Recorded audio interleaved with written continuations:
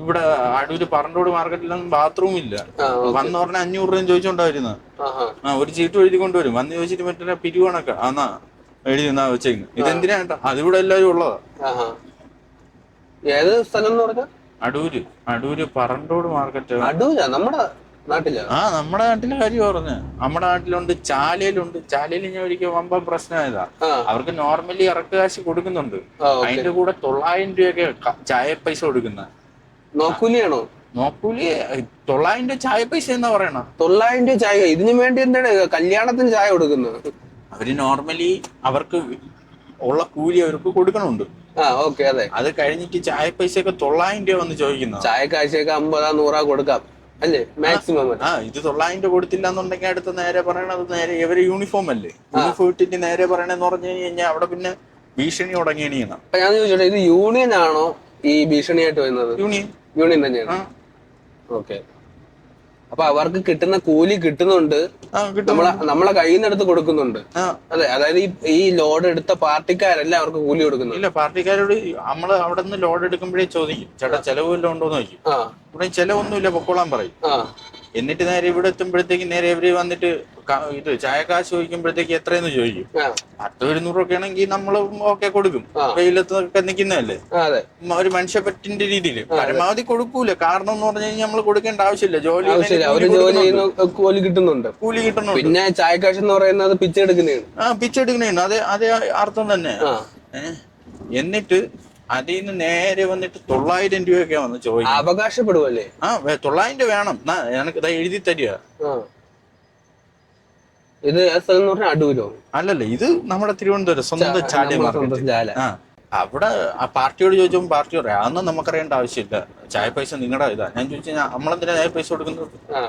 നമ്മുടെ സാധനമാണ് കൊണ്ടുവന്നത്, നമ്മുടെ സാധനമല്ല കൊണ്ടുവന്നത്, നമ്മളിവിടെ സ്ഥിരം വരാറില്ല, നമ്മൾ ഓട്ടോ എടുത്ത് നമ്മൾ ഓടുന്നു, അതെന്ത് കണക്കാ?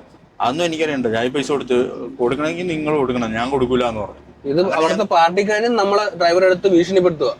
അവര് പറഞ്ഞാൽ നമ്മൾ കൊടുക്കത്തില്ല എന്ന് പറഞ്ഞു. അപ്പൊ നേരെ കടക്കാരെടുത്ത് പറയുമ്പോ കടക്കാർ പറഞ്ഞാൽ അതൊന്നും നമുക്കറിയണ്ട, നമ്മള് പാർട്ടി കടക്കാരെയൊന്നും മേടിക്കത്തില്ല. ഇവർ രണ്ടുപേരോട് മനസ്സിലായി. എങ്ങനെയെങ്കിലും ഒക്കെ നമ്മളെ ഊറ്റിയെടുക്കണം. ഇല്ലാന്നുണ്ടെങ്കിൽ ഇത് കടക്കാരൻ കൊടുക്കണം, മനസ്സിലായ? മനസ്സിലായി. അപ്പൊ അവര് ഒഴിവാക്കാൻ വേണ്ടിട്ട് നമ്മളെ തലയിൽ കെട്ടി. അപ്പൊ അവര് വിചാരിക്കുമ്പോഴത്തേക്ക് അവരെ 900 രൂപ പോയി കഴിഞ്ഞ് കഴിഞ്ഞാൽ അവർക്ക് വേദനിക്കും. നമുക്ക് പിന്നെ വേദനയൊന്നുമില്ല. വണ്ടിക്കാരെ നമുക്ക് ആർക്കും വേണ്ടാത്ത ഒരേ ഒരു ഫീൽഡ്, ആരെയും ഒന്നും കൈയിട്ട് വരാം, അടിക്കാം, ഡ്രൈവർമാരെ അടിക്കാം, കൊല്ലാം, എന്ത് വേണമെങ്കിലും ചെയ്യാൻ പറ്റുന്ന ഒരു സ്ഥലം, ഒരു ഫീൽഡ് എന്ന് പറഞ്ഞു കഴിഞ്ഞാൽ ലോറി ഫീൽഡാണ്. അതുകൊണ്ട് അവര് അതിന്റെ അവകാശത്തിന് നമ്മളെടുത്ത് നടന്ന അതിന്റെ ഒരു ധൈര്യം ഉണ്ട് അവർക്ക്.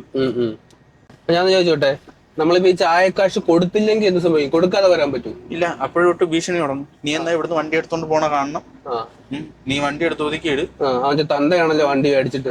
ആ രീതിക്കൊക്കെ ഞാൻ ഇവിടെ വെച്ചിട്ട് നല്ല രീതിയിൽ വഴക്കായതാ ചാലയിൽ വെച്ചിട്ട്. അവന്മാര് പറഞ്ഞെന്തെന്നറിയോ, KL-21 അല്ലേ, നെടുമങ്ങാട് വണ്ടിയല്ലേ, അറിയാലോ. ഞാൻ ചോദിച്ചു, ചേട്ടാ അറിയാം, നിങ്ങൾ ഇതിനകത്ത് എന്തെങ്കിലും പൈസ തന്നിട്ടുണ്ടോ? ഇല്ലെങ്കിൽ എനിക്ക് എന്റെ ഒരു CC അടയ്ക്കാൻ എനിക്ക് കാശില്ല, നിങ്ങൾ എന്തെങ്കിലും എനിക്ക് കാശ് തരുമെന്ന് വെച്ചു. പറഞ്ഞു, നീ കൂടുതൽ അലക്ക് സംസാരിക്കുകയും കാര്യങ്ങളൊന്നും വേണ്ട, വണ്ടി അവിടുന്ന് അടുത്ത് ഇപ്പുറത്തോട്ട് മാറ്റിയിട്, നീ കാശ് തന്നിട്ട് പോയാൽ മതി. ഉള്ളത് സഹിച്ചുകൊണ്ട് നേരെ മനസ്സുകൊണ്ട് ഒത്തിരി നമുക്ക് വിഷമം കാണും, നല്ല രീതിയിൽ വിഷമം കാണും. ഉണ്ണാതെ ഉറങ്ങാതെ കിടന്ന് ഓടി ഉണ്ടാകുന്ന പൈസകളാ. മാമൂൽ കാശ് 900 രൂപ ഒരു പിങ്ക് കളറ് പേപ്പറിൽ എഴുതി, ഒപ്പ് പോലും ഇട്ടില്ല, ഒരു വര എഴുതിയിട്ടുണ്ട്, ഒപ്പിട്ടിട്ടുണ്ട്, പക്ഷെ നമ്പർ കാണും.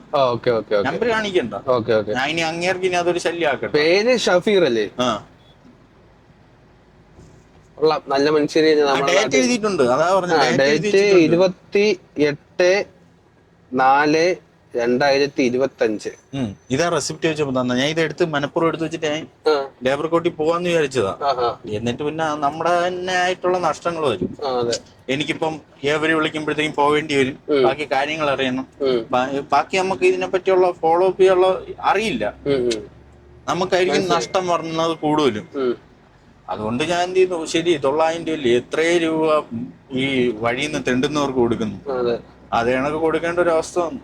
ഞാൻ ചോദിച്ചോട്ടെ, ഇത് ട്രിവാൻഡ്രത്ത് മാത്രമാണോ ഇങ്ങനെയൊക്കെ കാണാറുള്ളത്? അല്ലല്ല, ഒരുപാട് സ്ഥലത്തുണ്ട്. ഞാൻ നോക്കട്ടെ, അടൂരിലെ എന്റെ ഫോട്ടോ ആണോ നോക്കട്ടെ, ഒരു മിനിറ്റ്. അടൂരത്തെയും ചാൻസ് ഉണ്ട്. അടൂര് ഞാൻ ഇതേപോലെ പ്രശ്നം ഉണ്ടാക്കിയതാ. എന്തിനാന്ന് ചോദിച്ചപ്പോഴത്തേക്കും അത് മാർക്കറ്റിന്റെ നല്ലതിന് വേണ്ടിയാണ്. മാർക്കറ്റിന്റെ വളർച്ചയ്ക്കാണെങ്കിൽ നീയൊക്കെ പഞ്ചായത്തിൽ അപേക്ഷ കൊടുക്കല്ലേ? മാർക്കറ്റ് ഭയങ്കര രസമാണ് അവിടുത്തെ. ഇതേ കണക്ക് പല സ്ഥലത്തു നിന്നും പൈസ ഡ്രൈവർമാരിൽ നിന്ന് മാമൂലം എന്ന് പറഞ്ഞ് മേടിക്കുന്നുണ്ട്. ഈ മാമൂലം തന്നെയാണ് എഴുതി തരുന്നത് അല്ലേ? ഇതെന്ന് പറയുന്നത് നമ്മുടെ നാടിന്റെ വളർച്ച അല്ലെങ്കിൽ നമ്മുടെ മാർക്കറ്റിന്റെ വളർച്ച അല്ലേ? ഈ വളർച്ചയ്ക്കൊക്കെ ഗവൺമെന്റ് ആണ് പൈസ കൊടുക്കേണ്ടത് അല്ലേ? മാത്രമല്ല ഇത് കണക്ക് നമ്മുടെ കയ്യിൽ നിന്ന് പൈസ പിരിവ് എടുത്തിട്ട് അവിടെ എന്തെങ്കിലും ഉണ്ടാക്കി തന്നു കഴിഞ്ഞാലും അവിടുത്തെ ഭരണാധികാരികൾക്കാണ് അതിന്റെ ക്രെഡിറ്റ് പോണത്. അവിടെ ഫ്ലെക്സ് ബോർഡൊക്കെ വെക്കും, ഇന്ന ആളുടെ ചെലവില് 10 ലക്ഷം രൂപയ്ക്ക് ഇത് പണിഞ്ഞു, അത് വൃത്തിയാക്കി എന്നൊക്കെ പറഞ്ഞു അത് ചെയ്തു വയ്ക്കും. പിന്നെ ഒന്ന് ഇത്രയും കാശ് മേടിക്കുന്നതാണ്, എന്നാ ഏറ്റവും കുറഞ്ഞൊരു ടോയ്ലറ്റിന്റെ സൗകര്യം ഉണ്ടാക്കി വയ്ക്കും. അതെ, അതില്ല. ഇത് അവിടുത്തെ മാർക്കറ്റിലാണ്. അടൂരല്ലേ? അത് കുറച്ച് മാറ്റി. ഇതും നമ്മുടെ ഈ വണ്ടി അടൂർ നഗരസഭ പറക്കോട് അനന്തരാമപുരം അല്ലേ? പബ്ലിക് മാർക്കറ്റ് ഫീസ് രസീതാണ് ഇപ്പൊ ഈ കാണുന്നത്. ഇതിലെന്ന് പറയുന്നത് ഒരു വലിയ എമൗണ്ട് തന്നെ ലിസ്റ്റ് തന്നെ എഴുതിയിട്ടുണ്ടല്ലേ? അതായത് ഓരോ വണ്ടിക്കും ഓരോ എമൗണ്ട് ആണ് കൊടുത്തിരിക്കുന്നത്. സൈക്കിള്, ഇരുചക്ര വാഹനങ്ങൾക്ക് 25 രൂപയാണ് ഈ ഒരു മാർക്കറ്റിനകത്ത് കയറാൻ. അതും പബ്ലിക് മാർക്കറ്റ് എന്നാണ് എഴുതിയിരിക്കുന്നത്. പിന്നെ ഭാരം കയറ്റിയ ടെമ്പോ, ജീപ്പ് 200 രൂപ, ഭാരം കയറ്റിയ മോട്ടോർ വാഹന ലോറി 400 രൂപ, കന്നുകാലികൾ 50 രൂപ, ആട് 50 രൂപ, കോഴി താറാവ് 15 രൂപ, മത്സ്യപ്പെട്ടി ഒന്നിന് 40 രൂപ. പിന്നെ ഭാരം കയറ്റിയ വലിയ ലോറി, ലോറികളിൽ പലതുണ്ട്. വലിയ ലോറി അതാണ് പറഞ്ഞത്. അത് വലിയ ലോറി എന്ന് ഉദ്ദേശിക്കുന്നത് നമ്മളെ പോലെയുള്ള.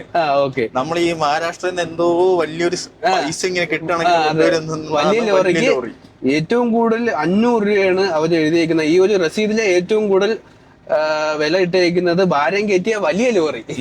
ലോറിയിൽ വലിയ ലോറി, ചെറിയ ലോറി, ഭാരം കയറ്റാത്ത ലോറി, മോട്ടോർ വാഹന ലോറി, അങ്ങനെയൊക്കെയാണ്. അപ്പൊ അത് നമ്മളെ 500 രൂപ മേടിച്ചു.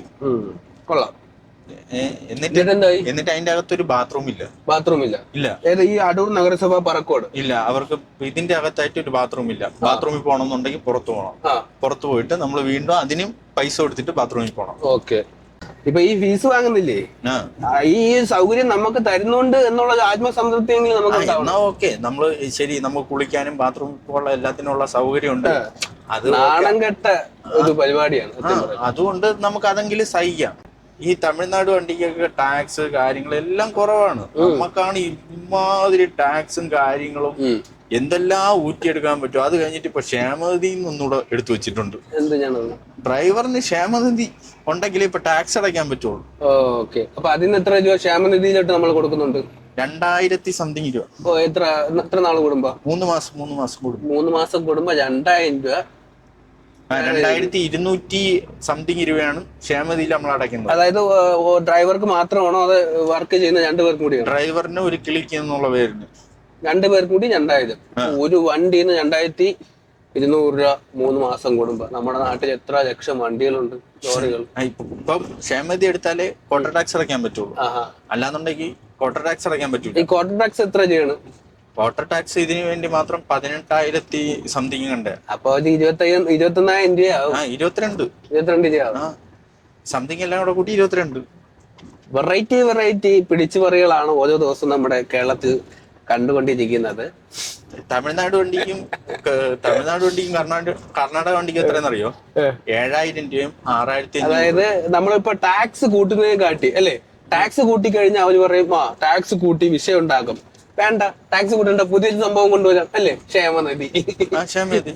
അപ്പൊ ഇങ്ങനെയുണ്ട്, വെറൈറ്റി ആയില്ലേ? അവർക്ക് എന്തായാലും പൈസ കിട്ടി. അടുത്തൊരു ഐഡിയയും കൂടെ ഉണ്ട്. അടുത്തതാണ് വമ്പം വിറ്റ്. ഇവര് കുറച്ചു നാളത്തേക്ക് ക്ഷേമനിധി അങ്ങ് വേണ്ട, ക്ഷേമനിധി ഇല്ലാതെ ടാക്സ് എടുക്കാന്ന് പറയും. അപ്പൊ എന്ത് ചെയ്യും ആൾക്കാർ? ഇത് കേൾക്കുമ്പോഴത്തേക്ക് 2000 രൂപ 2000 രൂപ, അതെങ്കിലും വീട്ടിൽ അരി മേടിക്കാലോ എന്ന് വിചാരിച്ചിട്ട് ക്ഷേമനിധി എടുക്കൂല. അപ്പൊ കണ്ടിന്യൂസ് ആയിട്ട് ഒരു 3 മാസം അവരങ്ങനെ വിട്ടു തരും. ഓക്കെ. ആ 3 മാസം വിട്ട് തന്നിട്ട് അടുത്ത ക്വാർട്ടർ ടാക്സ് ആകുമ്പോൾ പറയും ക്ഷേമനിധി ഉണ്ടെങ്കിലേ ക്വാർട്ടർ ടാക്സ് എടുക്കാൻ പറ്റുള്ളൂ. അപ്പൊ ഇത്രയും നാളും മുടങ്ങി കിടന്ന് അതുകൂടെ എടുത്താലേ എടുക്കാൻ പറ്റുള്ളൂ. അടുത്ത പരിപാടിയാ. അപ്പം അതെന്ത്, ഇത്രയും നാളെ മുടങ്ങിയതിന്റെ ഫൈൻ ഉൾപ്പെടെ എടുക്കണം. അപ്പൊ ഫൈനും കൂടെ കിട്ടേ.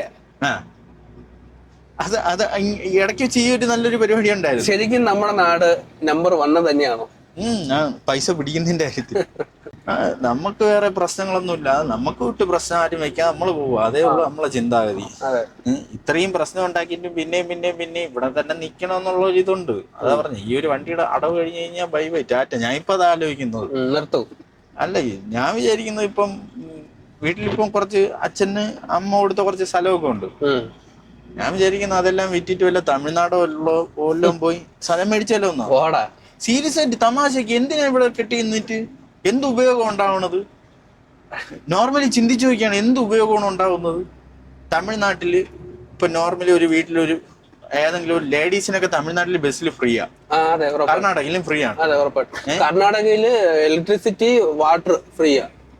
അത് കണക്ക് ലേഡീസിന് കർണാടകയിൽ സൗജന്യ. ഇവിടെ അതേപോലെ ഇലക്ട്രിസിറ്റി തമിഴ്നാടൊന്നും ഫ്രീ ഒന്നുമല്ല, പൈസ കൊടുക്കണം, കുറവാണ്. റേഷൻ കടയില് അതിൻ്റെതായ ബെനിഫിറ്റും കാര്യങ്ങളും എല്ലാം ഉണ്ട്. പിന്നെ എന്തിനാ ഇവിടെ തൂങ്ങിക്കിടക്കണത്? ഇവിടെ കിടന്നിട്ട് നമുക്ക് എന്തെങ്കിലും കിട്ടുമോ? നമുക്ക് ഉപയോഗം ഉണ്ടാവുന്നിടത്തല്ലേ നമ്മൾ ജീവിക്കുകയുള്ളൂ. ഇവിടുന്ന് എല്ലാരും പോകുന്നതിന്റെ കാര്യം എന്തോ? ശരിക്കും പറയാൻ ഇന്ത്യക്ക് അകത്തോട്ടല്ല മാറുന്നത്, ഇന്ത്യക്ക് പുറത്തോട്ടാണ് ഇപ്പൊ പലരും മാറിക്കൊണ്ടിരിക്കുന്നത്. ഇന്ത്യക്ക് പുറത്ത് പോയി ജോലി ചെയ്യുന്ന ആരും ഇപ്പൊ തിരിച്ചു വരാൻ ആഗ്രഹിക്കുന്നില്ലല്ലോ. അതും പ്രത്യേകിച്ച് കേരളത്തിലുള്ളവര്. ബാക്കി എല്ലാവരും തിരിച്ചു വരണുണ്ട്, തിരിച്ചു വന്ന് ജീവിക്കണമെന്ന് ആഗ്രഹമുണ്ട്. ഇവിടെയൊക്കെ ഉള്ളവര് പുറം രാജ്യങ്ങളിൽ പോയി, പുറം രാജ്യങ്ങളിലൊക്കെ പോയിട്ട് അവരൊരു സമയമാകുമ്പോൾ തിരിച്ചു വന്നിട്ട് ഇവിടെ എന്തെങ്കിലും കൃഷിപ്പണിയോ കാര്യങ്ങളാ, ഇത്തിരി സ്ഥലം മേടിച്ചിട്ട് കൃഷിപ്പണിയോ കാര്യങ്ങളാ അങ്ങനെയൊക്കെ ചെയ്തു പോകാനാണ് അവർക്ക് ഇഷ്ടം. നമ്മളവിടെ പേര് മാത്രമേ ഉള്ളൂ, മലയാളി ഇടാ, കേരള നമ്പർ 1 ഇടാ, ലോകത്തെവിടെ പോയാലും ഒരു മലയാളി ഉണ്ടാവൂടാ. അത് കാരണം ഇതുകൊണ്ടൊക്കെ ശരിയാണ്, ഇവിടെ നിൽക്കാൻ പറ്റാത്തതിന്റെ അവസ്ഥ കൊണ്ടാണ് മലയാളികൾ വേറെ എല്ലായിടത്തും ഉണ്ടാവുന്നത്. അതാണ് ഒരു സത്യം.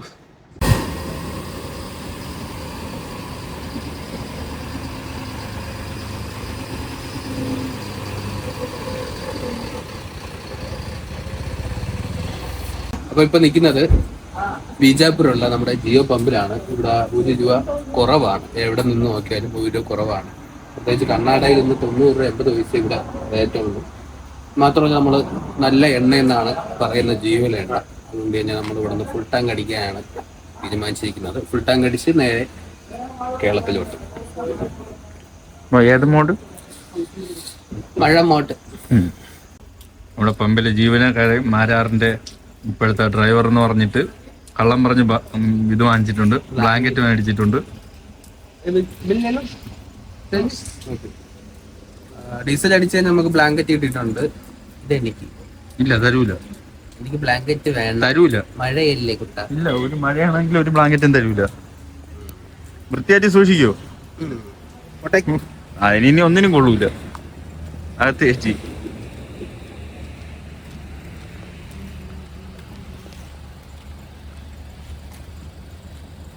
മഴയത്താണ് ഇനിയുള്ള യാത്ര. രാത്രി കണ്ടിന്യൂസ് ആയിട്ട് വണ്ടി ഓടിക്കൊണ്ടിരിക്കും.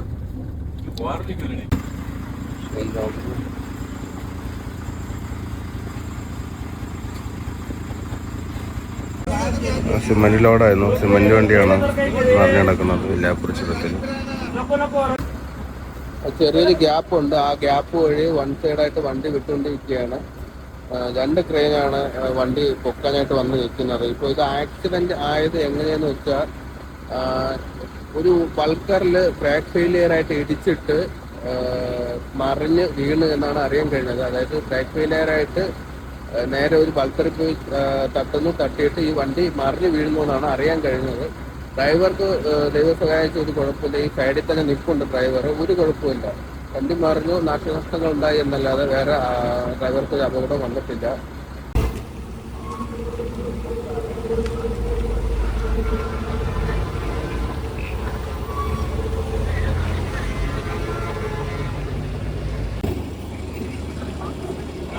ഇപ്പോൾ ഇറങ്ങി വരുന്ന വണ്ടികൾക്ക് ഈ ഒരു ഗ്യാപ്പിൽ കൂടെ സുഖമായിട്ട് നോക്കി അഡ്ജസ്റ്റ് ചെയ്ത് ബ്രേക്ക് ചെയ്ത് കയറിപ്പോകാൻ പറ്റും, ഇറങ്ങിപ്പോകാൻ പറ്റും.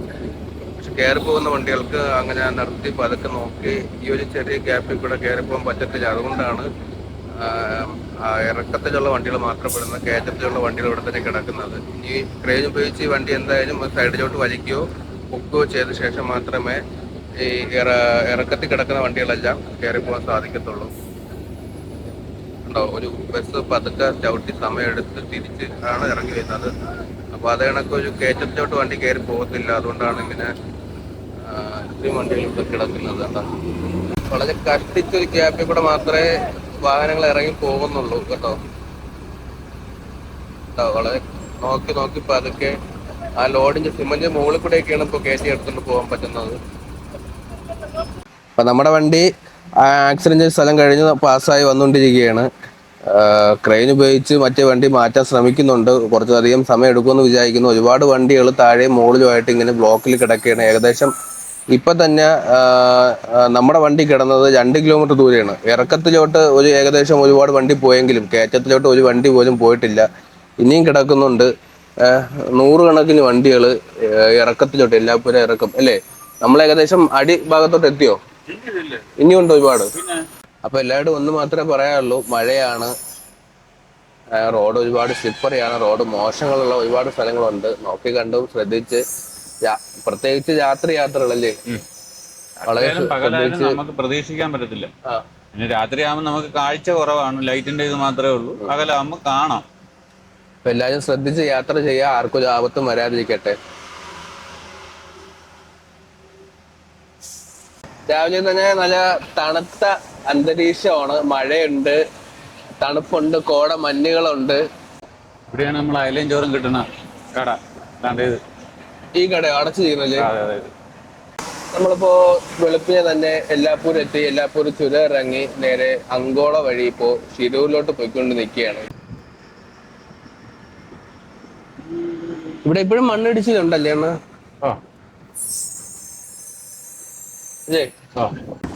കഴിഞ്ഞ വർഷം ഷിരൂരില് ഈ ഒരു ഭാഗത്താണ് ഒരു മണ്ണിടിച്ചിലുണ്ടായി അപകടം ഉണ്ടായത്. എല്ലാവർക്കും അറിയാവുന്ന കാര്യം തന്നെയാണല്ലേ. നമ്മളെ ഇവിടുന്ന് ഇടിച്ച മണ്ണാണ് ആ നദിയുടെ നടുവശത്തായിട്ട് കിടക്കുന്നല്ലേ, പൊങ്ങി കിടക്കുന്നത്. ഇപ്പൊ അവിടെ ദ്വീപ് കണക്കായി കിടക്കുന്നു.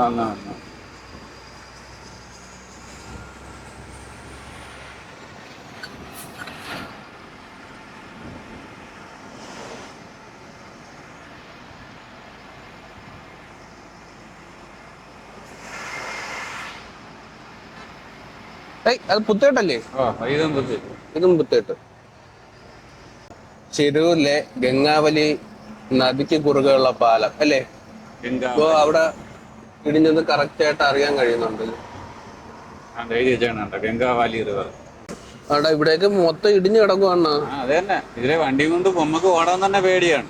എപ്പോഴാണ് ഈ സാധനം തള്ളിക്കൊണ്ട് പറഞ്ഞെന്ന് പറയാൻ പറ്റില്ല. പക്ഷെ പലരും ഇപ്പോഴും ഇത് കണക്കുള്ള മലമുകളിൽ നിന്ന് വെള്ളം വരുന്നത് നോക്കി ഇവിടെ വണ്ടി ഒതുക്കിയിട്ട് വെള്ളം എടുക്കുന്നുണ്ട്, കുളിക്കൊണ്ടൊക്കെ നിൽക്കണം വണ്ടി അവിടെ ഇട്ട്. അപ്പൊ അങ്ങനെയൊന്നും ചെയ്യല്ല, കാരണം ഇന്നൊരു അപകടം എപ്പോ വേണമെങ്കിലും ഉണ്ടാവാൻ. ഓടിക്കൊണ്ടിരിക്കുമ്പോ ഇത് വരും, നമുക്ക് പറയാൻ പറ്റില്ല. ചെറിയ ചെറിയ കല്ലുകൾ വന്ന് വീണാലും മതിയല്ലോ ദേഹത്ത്, ഇത്രയും ഉയരത്തുനിന്ന്. വീണ്ടും അഹങ്കാരം കാണിക്കുന്നതാണ്. കാരണം പോകുന്ന വഴിയെല്ലാം ഇത് കണക്ക് ഒരുപാട് പൊക്കത്തിലുള്ള മലകൾ ഇടിഞ്ഞു വന്നുകൊണ്ടിരിക്കുന്നുണ്ട്. ഇടിയുന്നല്ല, ഇടിയാൻ ചാൻസ് ആയിട്ട് നിൽപ്പുണ്ട്. അപ്പൊ നമ്മള് മാക്സിമം ഇതുവഴി പോകുന്ന ഈ ഒരു ഭാഗം ഒഴിവാക്കി നിർത്താൻ ശ്രമിക്കും അല്ലേ അണ്ണാ? അതെ, നിർത്താതിരിക്കുക. എന്തിനാ നമ്മള് വെറുതെ വിളിച്ചു വരുത്തുന്നത്? അതെ, പലരും ഇപ്പോഴും ഈ ഇടിഞ്ഞ ഭാഗങ്ങളിൽ തന്നെ പോയി വണ്ടിയിട്ട് നിൽക്കുന്നുണ്ട്, നിർത്തുന്നുണ്ട്, വെള്ളം എടുക്കുന്നത്. അവിടെയാണ് കുളിക്കാൻ വേണ്ടിട്ട് വണ്ടിയിട്ട് നിൽക്കുന്നതാണ്. വണ്ടി കഴുകാൻ കുളിക്കാൻ കറക്റ്റ് ആ ഒരു ഭാഗത്ത് തന്നെ വീണ്ടും വീണ്ടും കൊണ്ട് നിർത്തുക. മുട്ടൻ കയറ്റമാണല്ലേ? നല്ല കയറ്റമാണ്. നമ്മളിപ്പോ എത്രത്തെ ഗിയറിലാ കയറുന്നത്? സെക്കൻഡില്. നമ്മുടെ ഫ്രണ്ടിലത്തെ വണ്ടിയും ഇത് കണക്ക ലോഡാണ്. അത് നിക്കാണ്, നിന്നാണ് കേറുന്നത്. അതെ, അത് അവിടെ നിന്നെണ്ണ താഴെ നിന്നത്. കാലി വണ്ടിയായിരിക്കും അല്ലേ? കാലി അറിഞ്ഞേറി പോവുക. മകള് ചെത്തി അല്ലേ? മോള് ചെത്തി. കുറച്ചു ദൂരം നമ്മൾ സിംഗിൾ ട്രാക്കിൽ കയറി, കാരണം ഹൈവേയുടെ പണി ഇടത് സൈഡിൽ നടക്കുന്നത്. അതുവഴി കയറി വന്നാൽ പണി നടക്കുന്നതുകൊണ്ട് തന്നെ മണ്ണിടിച്ചിൽ ഉണ്ടാവാൻ ചാൻസ് ഉണ്ട്. അതുകൊണ്ട് അവിടെ ബ്ലോക്ക് ചെയ്തിട്ടേക്കണ ആ ഒരു റോഡ്. അങ്ങനെ വീണ്ടും നമ്മൾ അവിടെ തന്നെ വന്ന് കയറിയിട്ടുണ്ട്. 25.5 वो आरटीओ पास 36,800. एक आदमी का वजन है ना, तो ठीक है, उधर जाके आदमी को उतर के काटा करेगा। उधर ऐसे क्यों, क्या नाटक है फिर उधर जाके उसका 145 दे देते हैं। इधर पंजाब विളിക്കാടാ उधर जाके उतर हो अंडर रोड आएगा तो पैसा वापस कर। हाँ वो काटा प्रश्न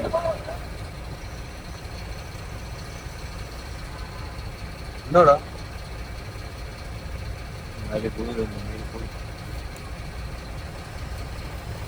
എന്തുവാ അവരെങ്ങനെ അറിയാം വെയിറ്റ് കൂടുതലാണെന്ന്? ചുമ്മാ പറയണ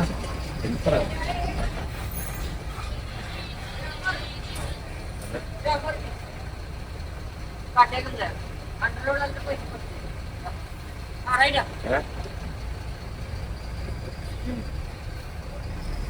അപ്പോൾ ശിരൂര് കഴിഞ്ഞിട്ട് ആദ്യത്തെ ടോൾ പ്ലാസയിലാണ് ഈ ഒരു വിഷയം ഉണ്ടായത്. വിഷയം എന്ന് വെച്ചാൽ നമ്മൾ ആ വണ്ടി ടോൾ പ്ലാസയിൽ വന്നിട്ട് പാസ് ആക്കുന്നില്ല.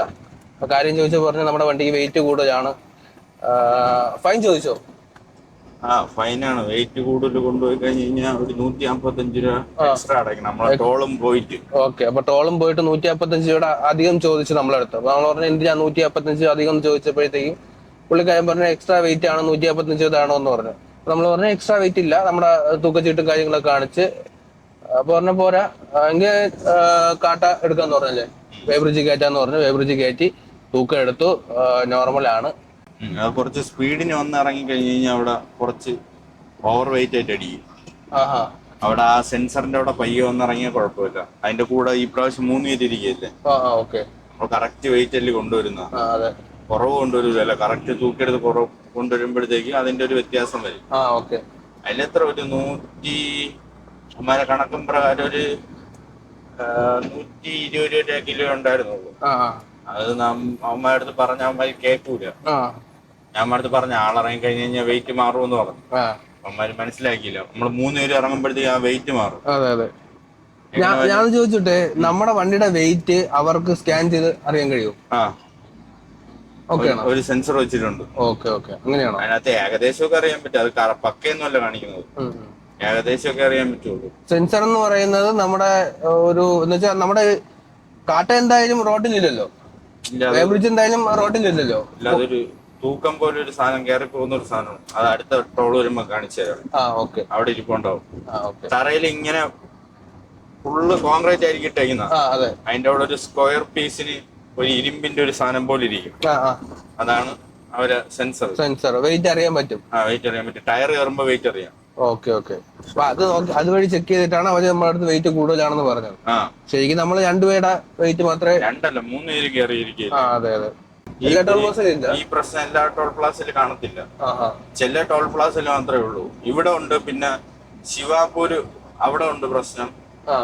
അങ്ങനെ 2-3 ടോൾ പ്ലാസയിൽ മാത്രമേ ഉള്ളൂ. ഇനി അവിടെ നിന്ന് ഇങ്ങോട്ട് പോകണം 2-3 ടോൾ പ്ലാസയിലുണ്ട്. അവിടെ എല്ലാം പയ്യെ ഇറങ്ങിപ്പോയി കഴിഞ്ഞ് കഴിഞ്ഞാൽ കറക്റ്റ് വെയിറ്റിനെക്കാട്ടി കുറച്ചേ കാണിക്കുള്ളൂ. സ്പീഡിന് പയ്യെ ഇറങ്ങി പോയി കഴിഞ്ഞ് കഴിഞ്ഞാൽ. വേട്ടെ കൊള്ളാം കൊള്ളാം. അടുത്തായിട്ട് നമ്മളെ വണ്ടി കഴുവക്കം, നമുക്കൊന്ന് കുളിക്കക്കം, പിന്നെ തുണി ഒന്ന് കഴുകണം. ഇതൊക്കെ ആയിട്ട് നമ്മൾ ഒരു തോട്ടിലെത്തിയിട്ടുണ്ട്.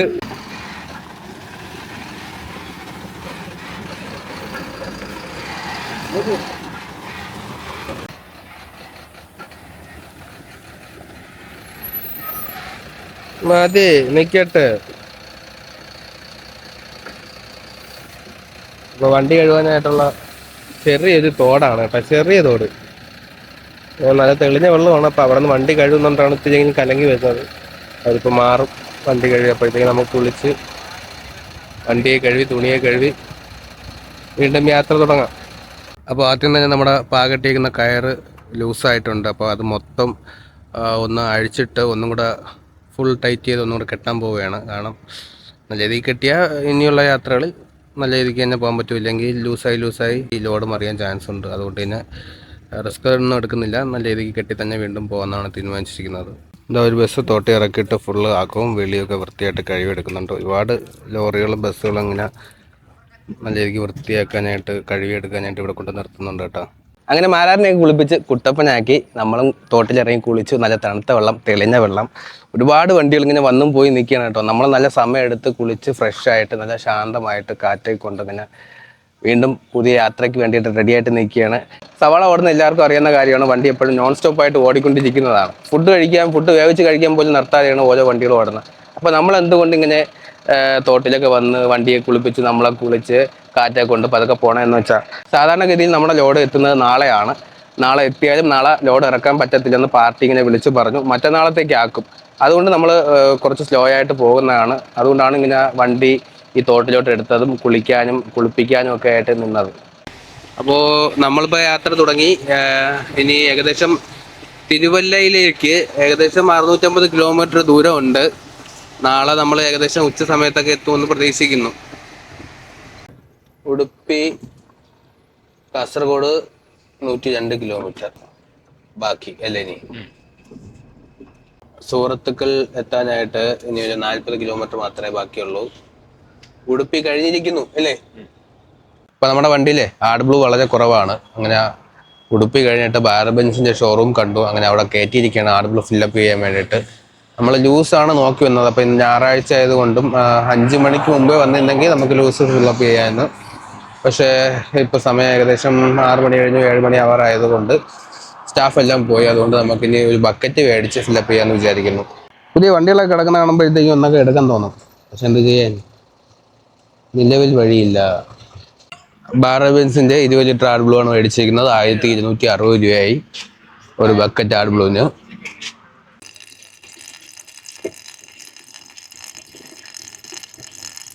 ഫുള്ള് കാലിയാക്കിയിട്ടുണ്ട് നമ്മൾ. ഒരു തുള്ളി പോലും വെളിയിൽ കളഞ്ഞില്ല. ഓക്കെ, ആഡ് ബ്ലൂ ഒക്കെ ഫില്ലപ്പ് ചെയ്ത് നമ്മൾ വീണ്ടും യാത്ര തുടങ്ങി. ഏകദേശം മംഗലാപുരം എത്തി. മംഗലാപുരത്താണ് ഈ ഒരു ബാരബൻസിന്റെ ഷോറൂം ഉള്ളത്. അങ്ങനെ കർണാടകയിൽ നിന്ന് നമ്മൾ നേരെ കേരളത്തിലോട്ട് ഇറങ്ങി. നേരെ പോകുന്നത് മാഹിയിലോട്ടാണ്. മാഹി പോയി ഫുൾ ടാങ്ക് ഡീസൽ അടിക്കാതെ ഒരു വണ്ടിയും കേരളത്തിന്റെ അങ്ങേയറ്റത്തോട്ട് ഇറങ്ങിയിട്ടില്ല. കാരണം എന്ന് വെച്ചാൽ അറിയാലോ, എല്ലാവർക്കും അറിയാവുന്ന കാര്യം തന്നെയാണ്. ഡീസലിന്റെ പ്രൈസ് വളരെ കുറച്ച് കിട്ടുന്ന ഒരു കേന്ദ്രഭരണ പ്രദേശമാണ് മാഹി. അങ്ങനെ നമ്മളും അവിടെ പോയി ഡീസൽ അടിക്കുന്നു. 239 ലിറ്റർ അടിച്ചപ്പോഴത്തേക്കും നമ്മുടെ ടാങ്ക് ഫുള്ളായി. വീണ്ടും നമ്മൾ യാത്ര തുടങ്ങി. ഞാൻ ഇറങ്ങി എണീറ്റപ്പോഴത്തേക്കും ഏകദേശം നമ്മൾ തൃശ്ശൂർ ചാവക്കാട് എത്തി. രാവിലെ 7 മണിയൊക്കെ കഴിഞ്ഞപ്പോഴത്തേക്കും. 7 മണി കഴിഞ്ഞോളെങ്കിലും അല്ലേ, അത്യാവശ്യം നല്ല തിരക്കുണ്ട്. പിന്നെ ഇനി അങ്ങോട്ട് കൂടും. തിങ്കളാഴ്ചയും കൂടെ അല്ലേ? തിങ്കളാഴ്ച ചേറ്റുവ പാലം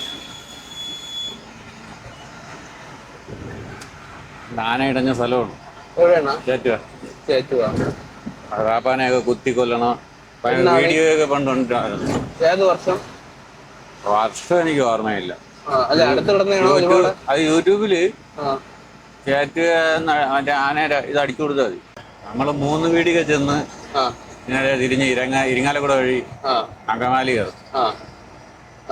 അങ്കമാലി കോട്ടയം, അവിടെ നിന്ന് അങ്കമാലി പെരുമ്പാവൂര് കോട്ടയം, കോട്ടയത്ത് നിന്ന് നേരെ തിരുവല്ല.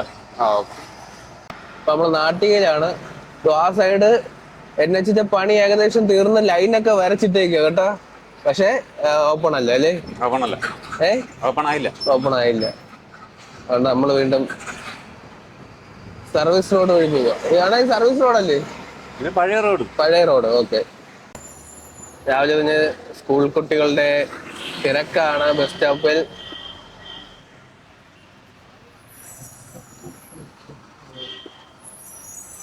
കൊടുങ്ങല്ലൂർ ഗുരുവായൂർ റൂട്ടാണ് ഇവിടുത്തെ ബസ്സുകൾ കൂടുതലല്ലേ? അങ്ങനെ നമ്മൾ നാട്ടിക ബോർഡിൽ നിന്നും വലപ്പാടിലോട്ട് കയറിയിരിക്കുകയാണ്. ചെറിയ വഴി, നല്ല തിരക്കുമുണ്ട്. ഇരിങ്ങലിലാണ് കൊടുങ്ങല്ലൂരിൽ നിന്ന് അങ്ങോട്ട് പോണതും എറണാകുളത്തോടൊക്കെ പോണതല്ല. ഇനിയും ചെറുതാവും. പിറകിൽ എന്താണോ ഒരു ബഹളം? ഒരുത്തനെ കൊല്ലാൻ തോന്നു. ചത്ത് പണ വഴി പോയവൻ. എന്നെ ഇവിടെ നടന്നത്. കഴിഞ്ഞ അടുത്ത ഒരുത്തൻ കൊല്ലാൻ വരുന്നുണ്ട്. അതായത് ഒരു പ്രൈവറ്റ് ലൈറ്റ് ഒക്കെ ഇട്ട് KSRTC കൊന്നിട്ട്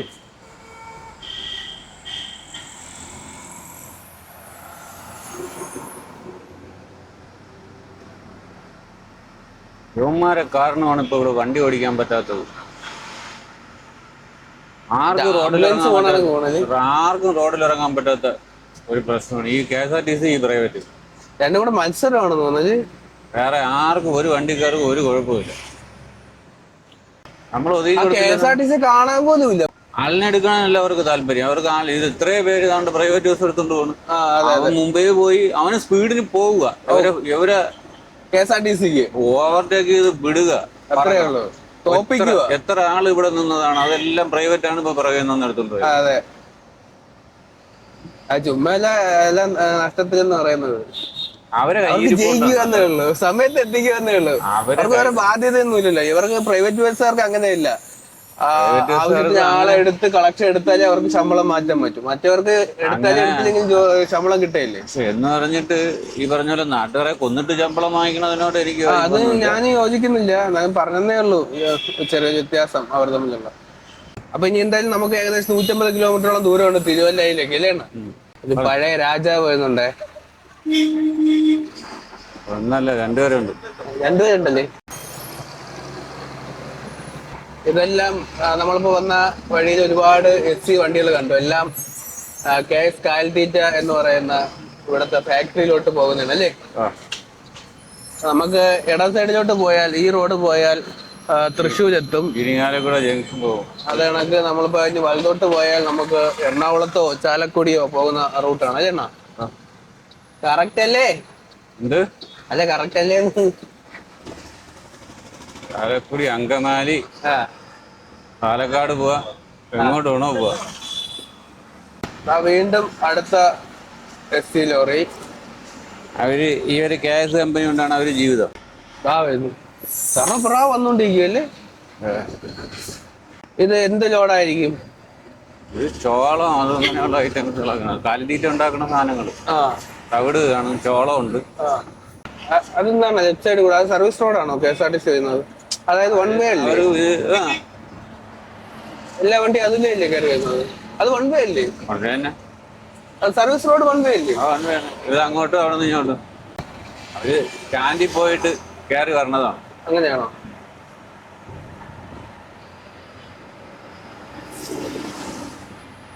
മൊത്തം അങ്ങാട്ടും ഇങ്ങാട്ടും ചന്ന പിന്നെ വണ്ടികൾ ഓടാനല്ലേ? ഏത് വാക്കുന്ന ആരൊക്കെ കയറി വരുന്ന ഒരു പിടുത്തം. സമയം ഏകദേശം 9:27 ലോകത്തുള്ള എല്ലാ വണ്ടികളും റോട്ടിൽ കാണാറുണ്ട്. പക്ഷെ ടിപ്പർ മാത്രം മഷിയിട്ട് നോക്കിയപ്പോൾ ഈ സമയത്ത് കാണാൻ പോലും പറ്റുന്നില്ല, അല്ലേ? അവരുടെ ടൈമല്ല, സ്കൂൾ ടൈം അല്ല, അല്ലേ?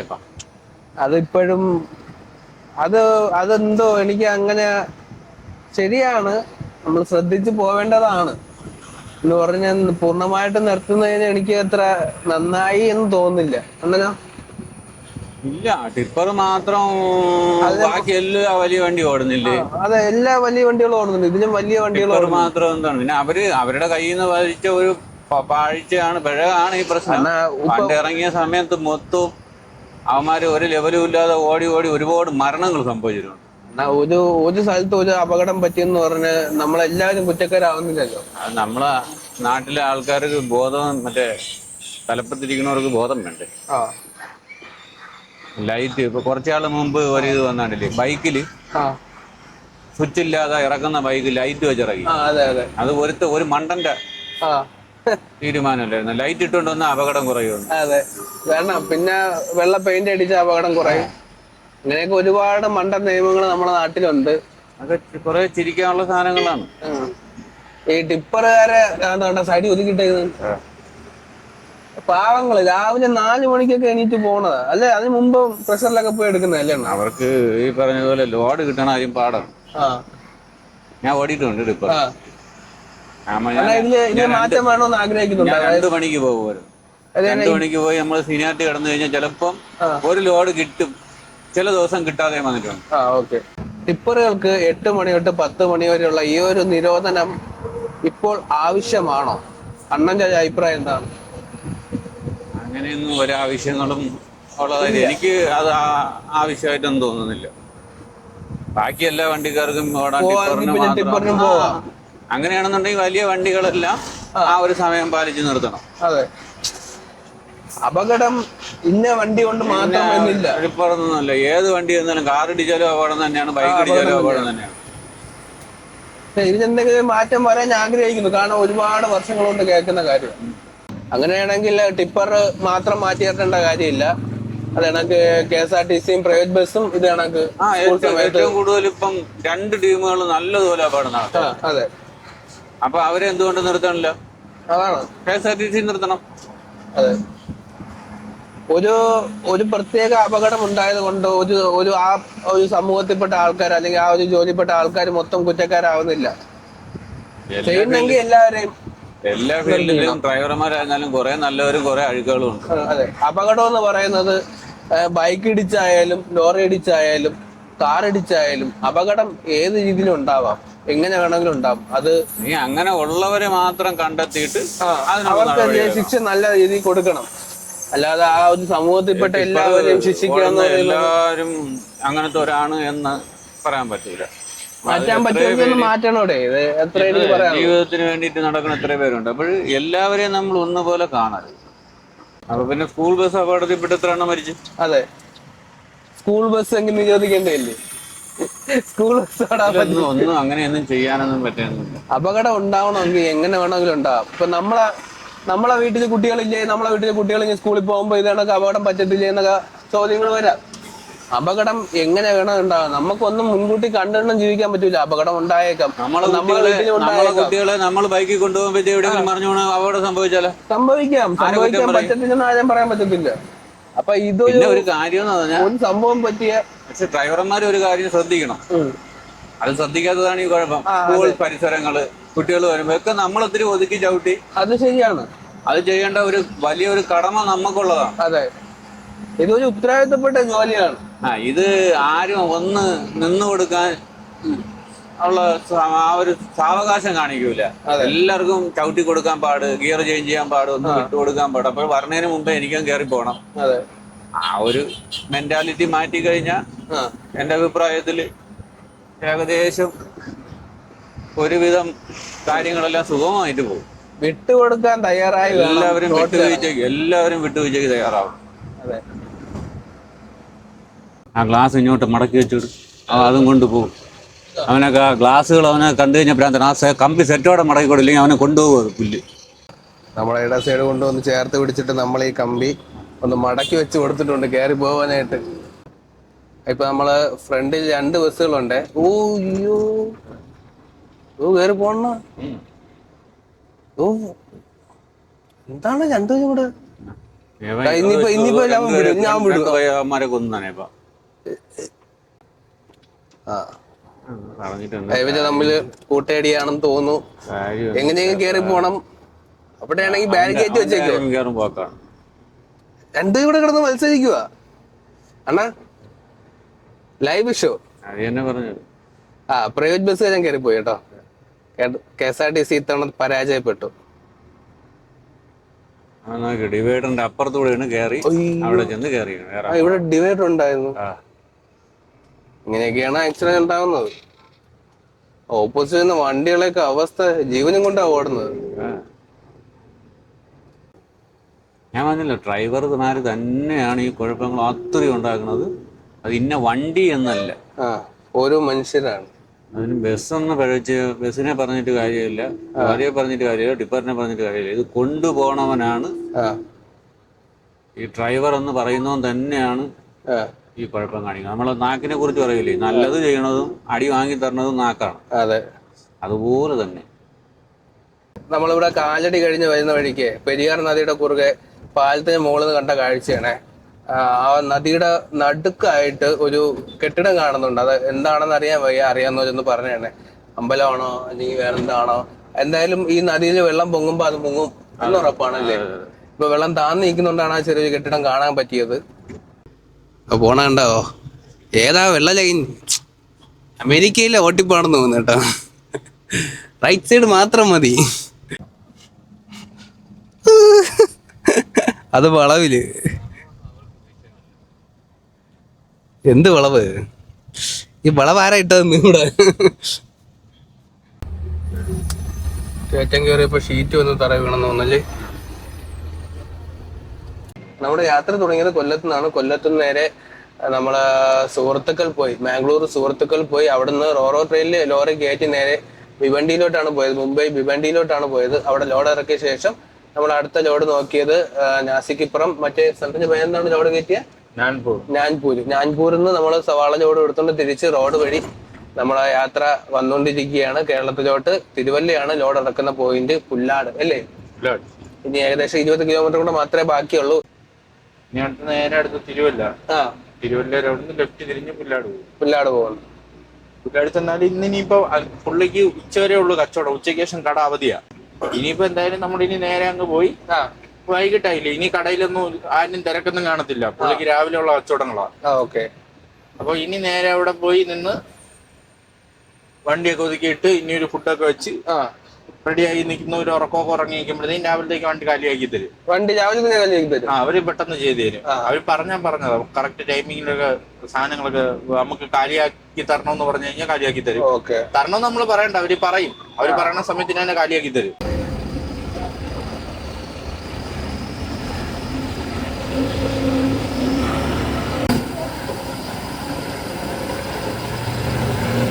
അതെ, ഈ മാരാന്റെ പിറകുന്ന ഒരു പയ്യൻ പോയിട്ടുണ്ടേ. ഈ പയ്യനെ എവിടെയെങ്കിലും ആരെങ്കിലും കണ്ടിട്ടുണ്ടോ?